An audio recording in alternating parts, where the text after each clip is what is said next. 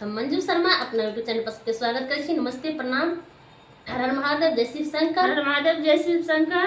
आई जन्माष्टमी में रहे। आई हम सब वीडियो बनावे जा रहल छी कि कैला कि हमरा सबके लाइट अभी नहीं रहे छे और मंजू जी के कल तबियत हमरा तबियत से हो ज्यादा खराब ये, अकेला के वीडियो नहीं बनाए पड़े। आए अहाँ सब जरूर प्यारा आशीर्वाद देब। अब बहुत प्यारा सा गीत हम सुनवा जा रहल छी, अहाँ सब जरूर सुनब। आ दुखी हमरा सबके नहीं करब, जेना कमेंट करै छी तेना करब। आ जरूर गीत सुनब, बहुत प्यारा सा गीत गावा जा रहल छी। आ जरूर कमेंट अहाँ सब करब। सोहर गीत छे, बहुत प्यारा, बहुत सुंदर सोहर छे, अहाँ सब जरूर सुनब।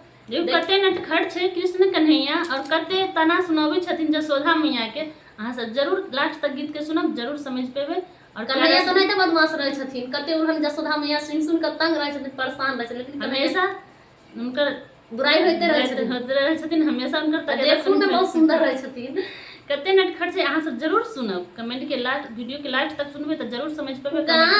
कुल में खेलैया कन्हैया जसोधा मैया, गोकुल में खेलैया कन्हैया जसोधा मैया, मुरली बा मधुर बजाबै सुदामा संग धूम मचाबै, मुरली ता मधुर बजाबै सुदामा संग धूम मचाबै।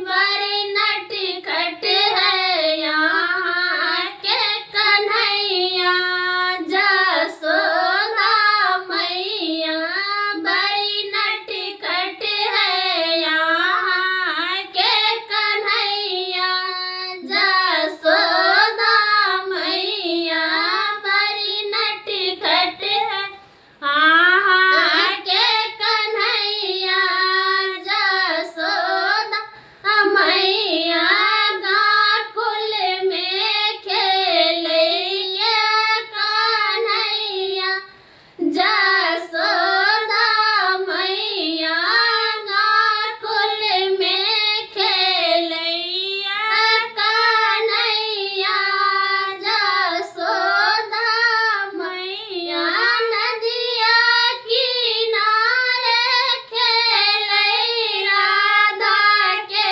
चुनरी चोराबै, नदिया किनारे खेलै राधा के चुनरी चोराबै।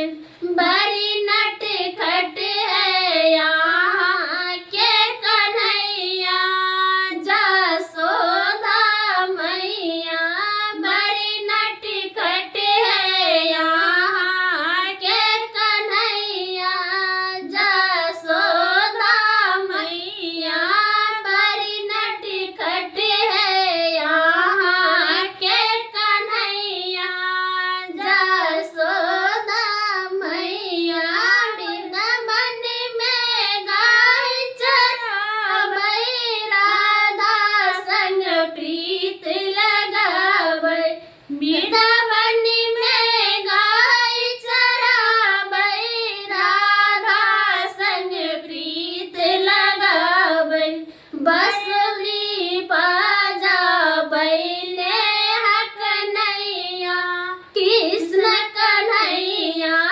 बंसुरी बजाबै नेहक नैया कृष्ण कन्हैया, गोकुल में खेलैया कन्हैया